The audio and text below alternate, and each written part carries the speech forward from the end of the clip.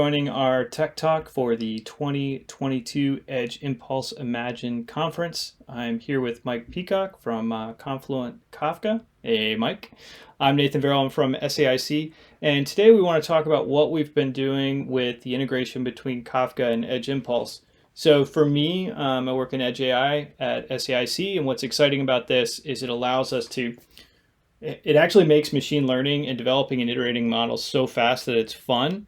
Where we can bring the data from multiple sensors, we can train very quickly and deploy models not only on the individual devices like I have hooked up right now with this clean project, but also with anything else that happens to be coming through a Kafka stream. So personally, it makes it a lot of fun. From a business standpoint, it really collapses the MLOps life cycle to something along the lines of 20 minutes, going from capturing data, labeling it, training it, and deploying it, not only on individual devices, but also against streaming data. So with that, I'm going to hand it over to Mike. He'll tell you a little bit about Kafka, and then we'll go through our demonstration. And thank you very much for tuning in. Mike? Yeah, so I'm Mike Peacock. I'm a solutions engineer at Confluent.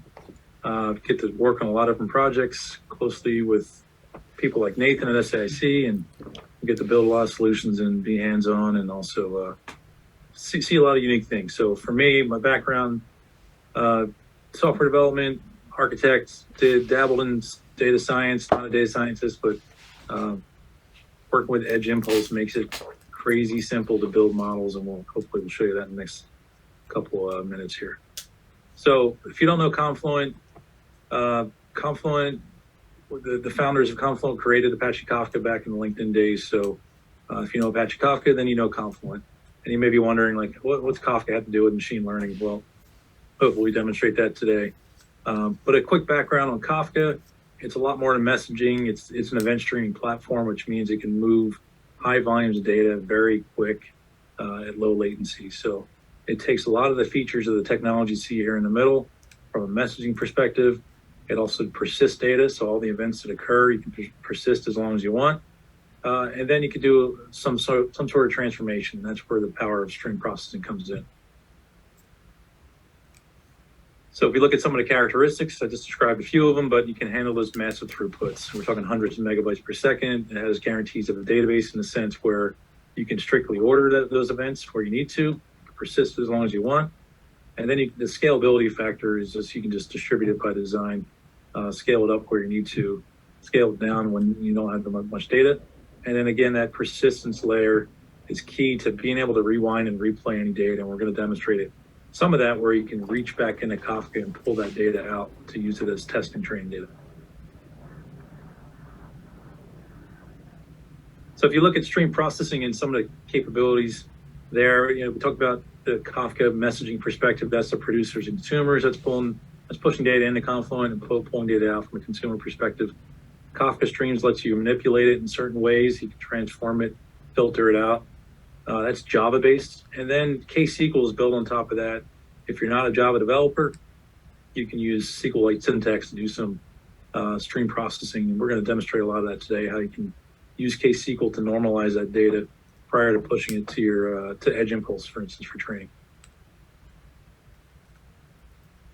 So if you look at the demo end to end, trying to do it quick and showing how we can do, data acquisition, model training, and really deployment. It's sort of manual MLOps phase here in a full cycle. So we have an iPhone sensor. We have an iPhone app called SensorLog. It's pulling a lot of the sensor information from the iPhone. It's publishing up to AWS where we have Confluent running. It's storing that data in real time.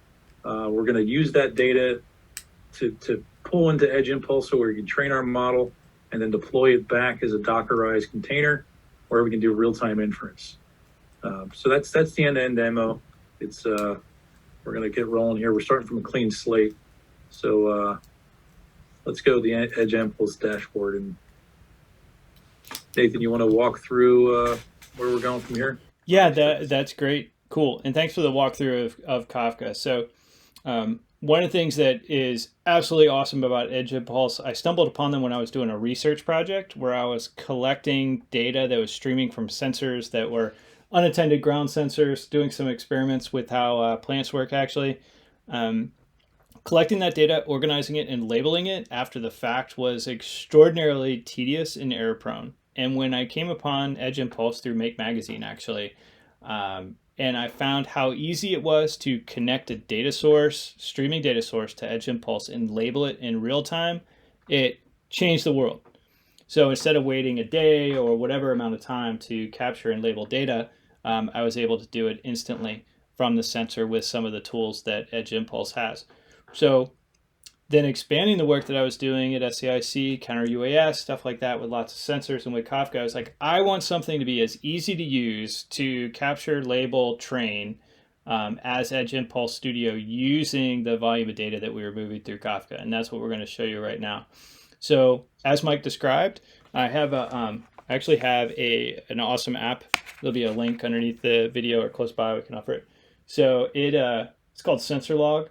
And it's actually streaming all the values from every sensor in this iPhone through an API that Mike has set up and then into Kafka. And so we're then able to use the iPhone not only for the things that are in the great Edge Impulse sort of web app that you can pull up on your phone, but all the other sensors. But to keep things simple, we use the accelerometer as an example. And so there's a new project on Edge Impulse set up right now. And Mike, if you can go ahead and just set the label to desk, if you don't mind. And what we're going to do and start sampling. Actually, if you don't mind, let me. I forgot to give some context to the data that's already coming in, right? Okay, cool. Yeah, so we can do that real quick. Yeah. So here's the control center with Confluent. You can see all the topic information. Like Nathan said, we are pulling that sensor log data in. This is capturing in real time right now. So as we start looking at the data that's being pulled from the sensor log app, you can see it's actually a good amount of data. It's a ton of data. So location, accelerometer, that's what we're going to focus in on, and a lot of different information in there. So we're using KSQL to normalize that a bit because it comes over as all string pairs. So we're going to use KSQL to create a raw sensor or raw stream, which is normalizing it a bit. And then from there, we're going to extract it out the specific accelerometer fields that we need. So ultimately, the data set looks something like this, where we're pulling that data out, device ID, and then the 3 accelerometer fields. That's all coming from this stream. So sorry to interrupt there, buddy. No, that was perfect because it's a great point where, we get asked questions about, okay, where does the data come from? How is it processed along the way before it actually goes as an input to train a model? And you can see right here exactly what the lineage is and the processing steps. And also, you can see how, we're managing the cost of data that moves through the pipeline from the edge to the cloud and all around. And you could see that very large JSON document that had all the sensor values. In this case, we're just looking at accelerometer. So we've actually cut the data size from 100 entries in a JSON message down to 7. So a significant savings there. So if you go ahead. Yeah, I was going to say that the KSQL syntax follows SQL. So it looks pretty close. And all it's doing is saying, pull that information out, pull the fields that we need from that stream, and then write it to a new topic called sensor accelerometer up here. So simple to do, real easy to get the new topic created from that. Yeah. Awesome. And that's another great point because in this demonstration, we're kind of role playing where Mike is the data engineer. And I'm someone who is working with the data to create a model, set it up, maybe design the model, and then deploy it out. It's certainly something, as you can see, Mike's done plenty of times that anybody can do, as you'll see. So if you go back over, Mike, to the Edge Impulse dashboard. Yep. Okay, cool. So we got it set to desk. I've got my phone just setting down. I am streaming data.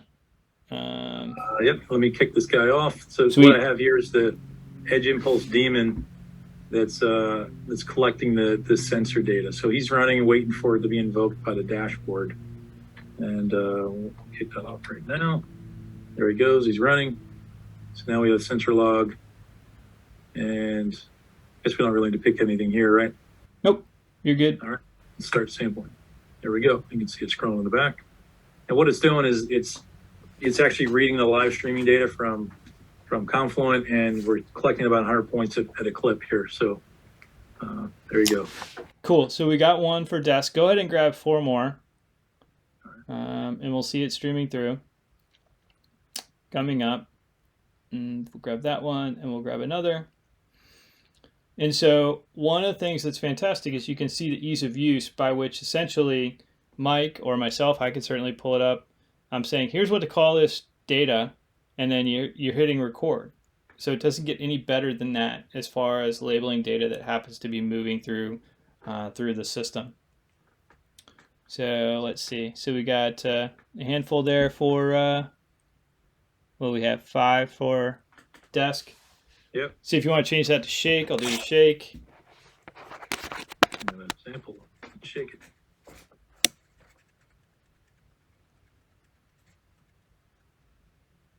Cool.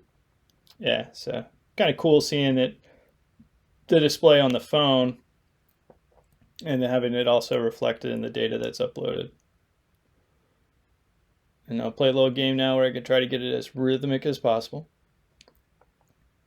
It's 3. Oh, that's pretty good right there.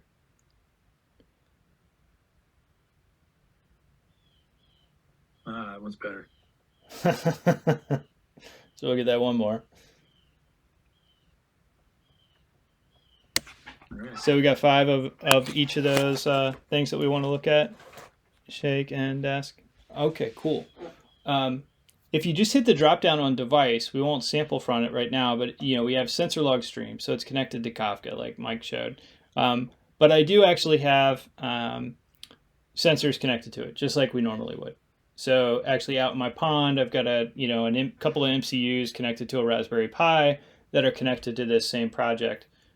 So we'll keep going with the demonstration with Kafka, but just wanted to let you know that all of those inputs are available in Edge Impulse Studio.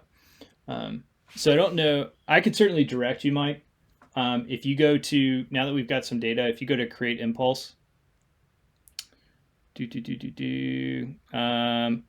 can drop that 2000 ms, you can drop that to 1000 probably, maybe less. 100. Are we doing like 100 and a 10 ms stet, something like that? Yeah, I think that sounds right. Yeah, cool. All right, awesome. Processing block, that'll come up. We can do spectral. Learning block, classification, the first one, Keras. Save it out. Cool. So now that impulse has been created, impulse being both the DSP, the digital signal processing, like in the spectral analysis, and then the model itself, so the classification with Keras in this case. So spectral features, if you hit that on the left under impulse design, up a little bit, Yep, there you go. You got it. Cool. So what we're looking at right now is an example of the raw data. And if you go to generate features at top, you got parameters, and then you got generate features right to the right of it. Sweet. Go ahead and hit generate feature importance, and then check that box above. There you go. And then generate the features. So this will take about a minute or so, give or take.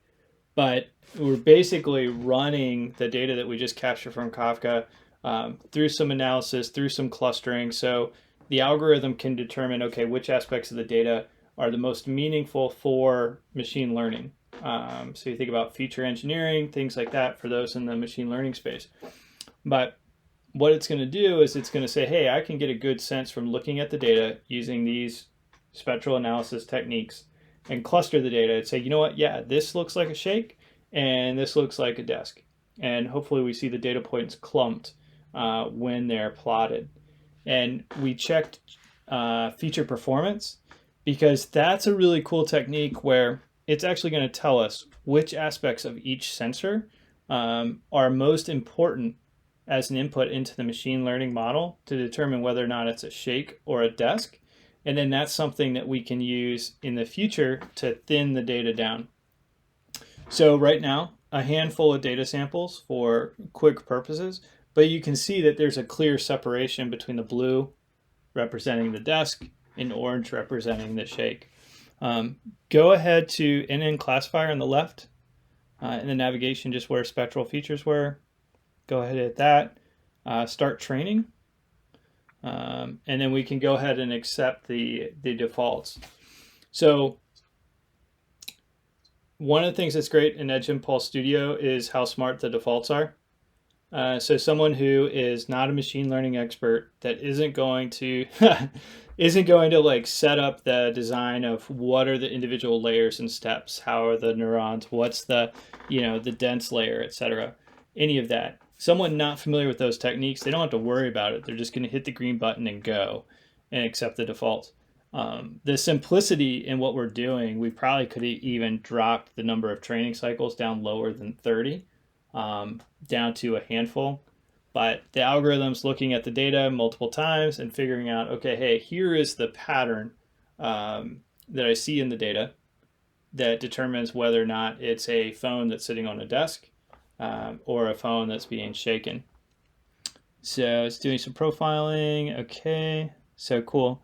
So we'll see in a minute the overall performance of the model. Basically a table, we're looking for greens. The greens on the table, that means that the algorithm was able to successfully discriminate between shake and desk. Now, this is a toy example. We would want to make everything robust and use a lot more data, but you saw how easy it was to capture the data for this toy data set. But let's go ahead and continue. If you go over to the left to, this will be an interesting one, live classification, actually. Let's see if we've got enough there for that. So we're now going to do live classification using the model with data that's streaming from my phone via Kafka. So go ahead and hit start sampling. And so my phone's just sitting over there, and hopefully what'll come up is that, hey, it's sitting on a desk, right? And we'll see that pop up in a second. Let's see, start sampling's going. See it flowing. I think it stopped actually. You have to hit start again. Hit start again. Yeah. Let's see it pulling data. Yeah. So the data's coming up. This is where I deviated from my, hey, let's keep things simple and the same. I think what it can be is, if you go to, we actually need to acquire a little bit more data. So if you go to data acquisition, hit that, turn on, change the label to desk, and start sampling. Let's get 2 more of those. So we'll do that. Boom. Boom. We're going to do shake in a minute. Cool. All right, I'm shaking, so you can do 2 more shake.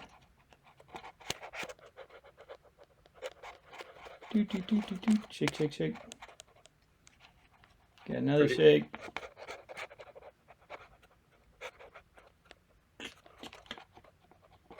Cool. Go to dashboard on the left. And what we want to do is we actually want to create a basically a test split. Scroll down, and then you will see keep going, keep going, keep going. There's like a danger zone. Perform train test split, and then it'll prompt you to say you'll have to type perform split to continue. And then it's going to take actually a subset of the data and then reserve that for testing. And so we'll be able to go and use that for testing. And I think that might be one of the things that was cool. All right, there we go. Go to model testing. There we go, cool. All right, awesome, classify all. And so we're taking the model that we already created, and then we are now actually testing it against the data that we captured. And we'll see what kind of results we get there. So that'll pull up after that goes. All right. It ran. It's going to do a couple of optimizations, I believe. And pull it up in a second. There we go. Cool.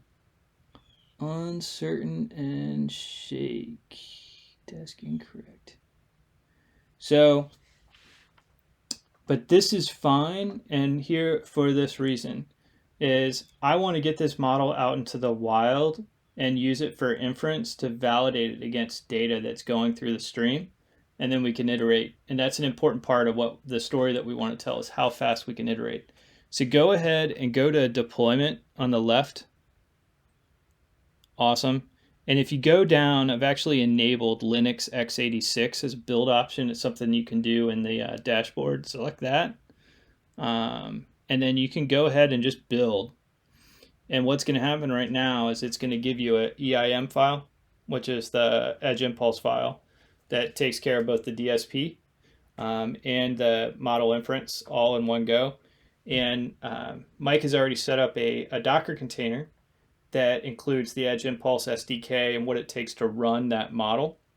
And so he'll be able to download that model. He'll have to set the permissions for how it works in Docker with Gmod, but then be able to run live inference. So you got the download, yeah? Yep, I got it. Cool. Kill the daemon. You probably should be Dockerizing that, but that's all right. Do that another time. So here's the old model file we had in there. So I'll go ahead and just rename it to something.old. And so while he does that, a feature that just started working with in Edge Impulse is custom deployment blocks. And that's the type of thing where in the custom deployment block, instead of choosing just Linux x86, I could choose Kafka as a deployment option. And then it would actually send this model out to some location that we configured, and then immediately be the updated model for inference. So as we improve it and we press that button, then we'll see better results in the Kafka stream. Yeah, so let me walk through the classify, how we're doing classification with Kafka as the streaming source. So all I did was add a few lines of code that starts a consumer. That consumer is pulling that real-time streaming data in, and we're basically calling the classifier here from Edge Impulse. So once we get results back, we're then going to produce it back to a new topic called sensor log classifier results. So just to show you, we don't have that today. Right now, we have no topic named that. So I think we're ready to give it a roll. Cool. And then you changed the permissions on the new model? I didn't, see? A step for automation. Let's do that. All right. The I'm going to run the model Docker can container. take over the world. Let's see what we get. Fingers crossed. Yeah.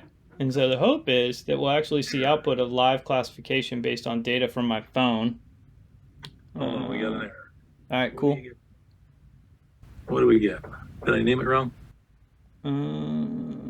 Which? The file? For the model? Yeah. Model file EIM, that looks fine.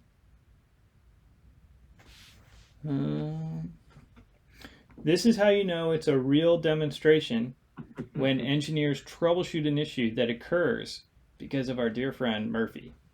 So let's see what we got. It's a bummer that what we have is not giving us the detail on it. Yeah, we're just getting it. All right, loader error. It's a Kafka issue. Must be reading something in. Let's see. Or not. Is it a topic thing? It's probably a topic thing, yeah. Let's see what I'm passing in as a topic. Might be the old one. Yep, you called it. That was the old topic we're using. Good stuff. All right, let's run it again. There we go. Now we get the next thing. Okay, so when we trained the original model, we were expecting 18 features, but now we're up to 300. So we must have trained it a bit differently than we did originally. So let me update this to say 300. What that means is I'm pulling 300 events into my feature set before I'm calling the classifier. Let's do that. Here we go. And so you're filling up a buffer, right? And then you're getting the classification after that buffer comes up. And then We're hoping to see a topic with There you go. results. Now, the And we only should be issue with- seeing desk, right? Because Yeah. I'm not doing anything right now. The only issue with 300 is it's going to take longer to do that inference, but that's part of delivering that model a little bit more. So Gotcha. yeah, you'll see inference results much slower than you would with less features. So Right. that's partly due to the sensor log app we have running at about 10 hertz, I think. So we can increase that a bit too, and you'll get more events coming in. Right. Well, and I actually see that let's see, 64% on shape, because I got a little bit of the lag, right? So I was getting like 64 versus 36. And the lag on the left, where we're looking at the Confluent Control Center here, where we're able to see the data and view it. Like if you go ahead and open up one of those messages, Mike, and we'll be able to see the data that's basically the metadata about the inference result. And what's important here, one of the things that's exciting, and we actually did something at SAIC where we took this same framework, the same approach with a keyword spotter. We had the inference results of the keyword spotter go into Kafka in a topic, and then we had the commands were recognized in a display for a commander to say, yes, okay, go, basically confirm the course of action. And then based on that keyword spotter, we launched drones in multiple geographic locations simultaneously. So this is pretty awesome, right? That you actually just went full circle. And I think if we looked at the time, maybe 20 minutes that we went from getting some data in and then deploying it as far as full circle for the stream, I think. Yeah, we could certainly optimize it by getting more test data, and we can reduce the feature count to something smaller, and we'll get inference that much quicker. Yeah, and I wonder if I guess we can just wrap up, but I want to abide by the stay focused, and we can kind of go in and wrap up a little bit. But I do want to dig in and look at those settings, right? Yeah, we'll figure that out, because earlier tests we were doing inference, we only needed 18 features, not 300, so it was much quicker. Well, it's still really fast, right? Like we're not, a couple of things. We haven't worked with a lot of data scientists directly at this point in time. And we have a prototype that's in the field so we can iterate. And being able to iterate that quickly is great because we actually might not be looking at the right sensors to accomplish whatever our goal is.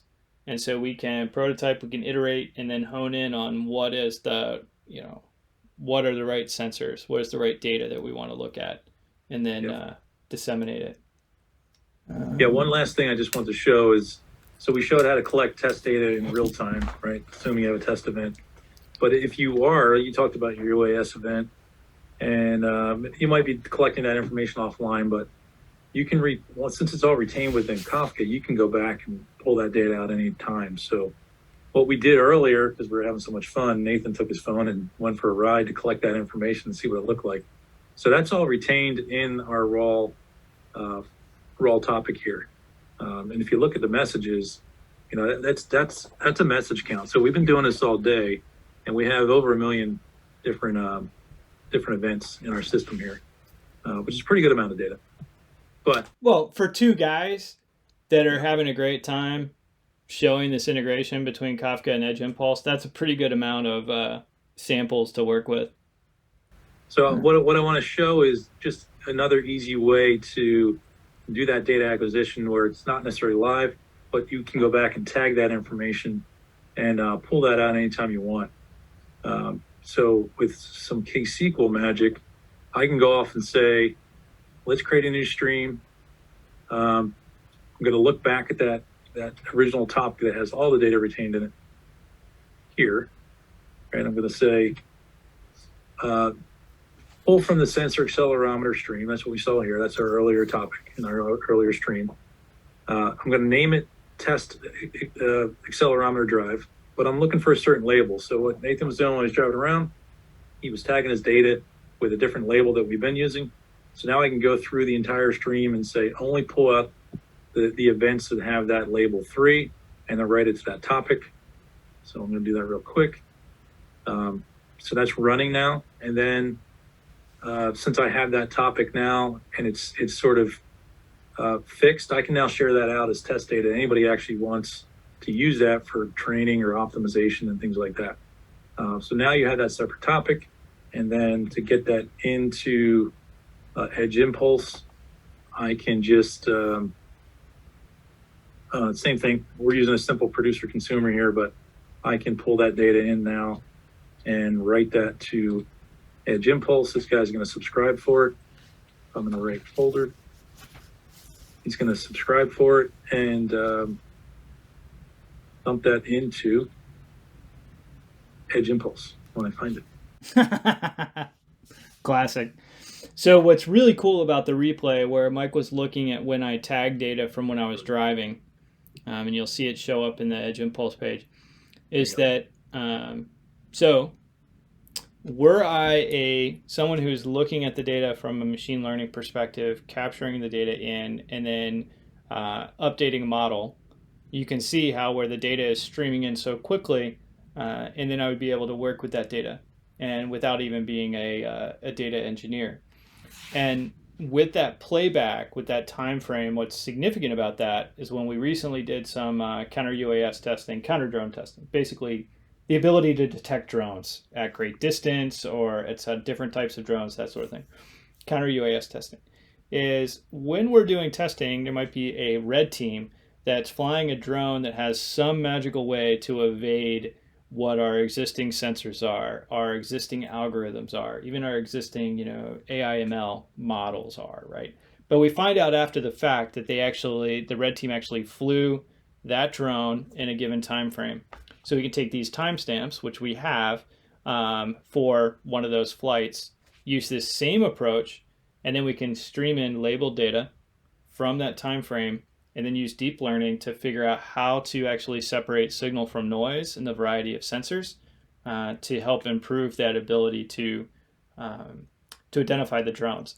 And at SAIC, using this approach with Kafka and integration with Edge Impulse, we've been able to do this iterative process, both disconnected, reconnected, improve a model, and take it back out. And in that particular context, the inference results are displayed to an operator in what's called a C2 system. And then that C2 system allows someone to then make a human decision based on those inference results. And it's very easy for us to tie these systems together because we're using Kafka as the transport mechanism for the sensor data in the inference results. Cool. So you got a bunch of drive in there. So, the data was coming in pretty fast. So, what are some volumes of data movement they see in Kafka? Yeah, Kafka can handle, it's completely scalable. So, by out of the box, you can easily get, hundreds of megabytes per second of throughput of data movement. And then when you start doing some stream processing, you can even filter it down. So, while it might, like we show with our original topic of the sensor data, it might have been a large amount of data in that event. You can use the stream processing to filter it down to make it even smaller when you consume it on the other side. But end-to-end latency's small and throughput's super high with Kafka. What sort of latency do you see introduced when you do a user-defined function or doing the inference in the stream? Yeah, that's a good question because there's a lot of different ways you can deploy these models in production, right? So we're showing a simple containerized solution that's a producer consumer, and there's nothing wrong with that. But there are some simpler ways, especially if your team aren't developers in a sense. But part of the ML ops process and cycle is you can deploy these as user-defined functions, and then you're basically calling in your KSQL statement whatever you're defining that function to be, and you can do that in a stream. So it makes it much easier to manage in that sense because you're using the same cluster as Kafka. You're not separating it out, and timing will be reduced. So. Right. So, one of the exciting things, right, is Edge Impulse, purpose-built, awesome, amazing, from a, microcontroller, MCU, sensor, embedded machine learning perspective.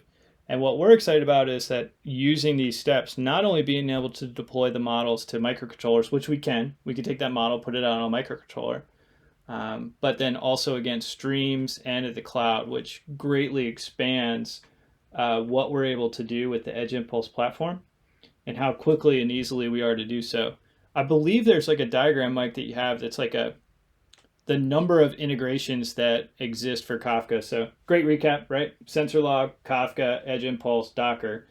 But once it's in Edge Impulse and in Docker, this gives you a sense of how many other systems we're able to easily integrate with. Can you describe, Mike, a little bit about how the connectors work and how you would relate Edge Impulse to that? Yeah, so what we showed was a couple different ways to capture data, and we also showed the results of the classification. But this is where connectors become really powerful. So we have over about 160 different connectors available. And what these allow you to do is, if you want to do data acquisition and you have it sitting in a database out there, you can run a connector, super low code, it's just a configuration file. Connect to that database and you can start ingesting that into Confluent and ultimately out to Edge Impulse for your testing and training. And on the flip side, when you get your classification results, so today we only showed where it's just publishing back out to a topic, that can go down to a dashboard, that can go down anywhere you want. And if that dashboard's pulling in, like we looked at Grafana a lot, right, for dashboarding. We use Postgres to dump it from Kafka to Postgres to Grafana. So you use a connector here that we have that will automatically pull that data out of Confluent into Postgres and then ultimately to Grafana. So it makes it really easy to move data and push it from one system to another. And so in addition to Postgres, so looking at moving things into time series oriented databases like InfluxDB, lots of different platforms. And, when we talk about data sources and sinks, so sinks, a destination for the sensor data and for the inference results, oftentimes what we're seeing with IoT and microcontroller units, MCUs, sensors today. But all those data sources, so in addition to the sensors, everything that you see on there, databases, et cetera, anything that can produce data into the Kafka pipeline can then be pulled into Edge Impulse for training purposes, just like we did with my phone.